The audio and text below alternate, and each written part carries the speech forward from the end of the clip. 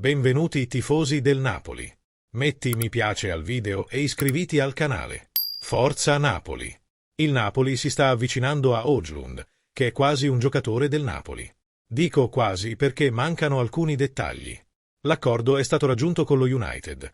Un prestito di 5 milioni di euro più una clausola rescissoria di 40 milioni di euro, che diventa obbligatoria dopo la qualificazione alla Champions League. Umberto Chiariello ha scritto su Radio CRC nel suo editoriale abituale: Zirkzee non era in vendita, quindi ecco Højlund, un attaccante di 22 anni che ha fatto una grande stagione all'Atalanta ma è andato allo United, che ha rovinato tutti i giocatori, come Garnacho e Mecitominay.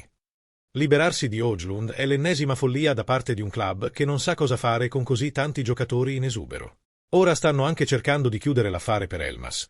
L'alternativa è il solito Brescianini, e stanno cercando di capire se c'è margine per chiudere l'affare per Huanlu.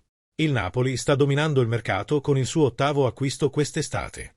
Metti mi piace al video così YouTube ti riceverà notifiche sui prossimi video del canale. Continua. L'accordo tra Rasmus Højlund e il Napoli è nelle sue fasi finali. Le trattative con il Manchester United e il giocatore sono concluse e un accordo sembra imminente. L'accordo tra i due club si basa su un pacchetto complessivo di circa 45 milioni di euro, comprensivo di una quota fissa per il prestito e di una clausola rescissoria condizionata. Quest'ultima si attiverà al raggiungimento di determinati obiettivi, come un numero minimo di partite in questa stagione e la qualificazione del Napoli alla Champions League della prossima stagione, secondo Fabrizio Romano, giornalista ed esperto di calciomercato internazionale, su YouTube.